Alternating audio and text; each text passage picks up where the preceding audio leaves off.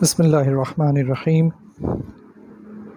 آنکھ میں دوا ڈالنے کے بارے میں فقہا کی عمومی رائے یہ ہے کہ آنکھ میں دوا ڈالنے سے روزہ نہیں ٹوٹتا۔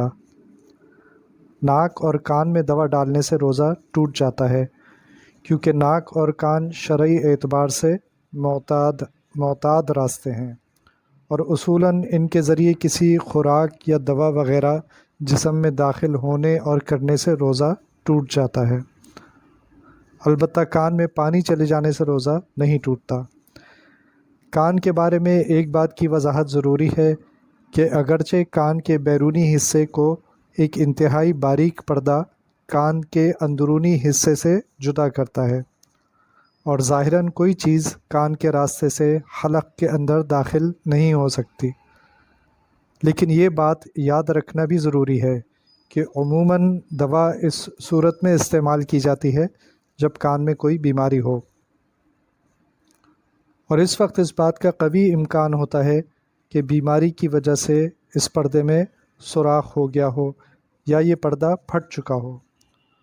اور یہ صورتحال علاج کے دوران بھی پیدا ہو سکتی ہے۔ بعض اوقات تو یہ سوراخ اتنا باریک بھی ہو سکتا ہے کہ آنکھ سے نظر بھی نہ آئے، اور جب یہ پردہ پھٹ جائے یا اس میں سوراخ ہو جائے تو دوا آسانی سے حلق میں داخل ہو جاتی ہے، اور شاید یہی وہ مختلف امکانات ہیں کہ جن کی وجہ سے فقہا کی عمومی رائے یہ ہے کہ کان میں دوا ڈالنے سے روزہ ٹوٹ جاتا ہے۔ البتہ کسی انفرادی خصوصی صورت میں جب کہ کان کے پردے کے صحیح اور سالم ہونے کا 100% یقین ہو، تو ایسی صورت میں مریض کو دوا کے استعمال کے باوجود روزے کے فاسد نہ ہونے کی بات کی جا سکتی ہے، لیکن جیسے اوپر ذکر کیا جا چکا ہے کہ چونکہ بیماری میں دوا کے استعمال کے دوران بھی پردہ پھٹنے کا امکان ہوتا ہے، اس لیے ایسے مشورہ دینے میں بہت ہی زیادہ احتیاط کی ضرورت ہوگی،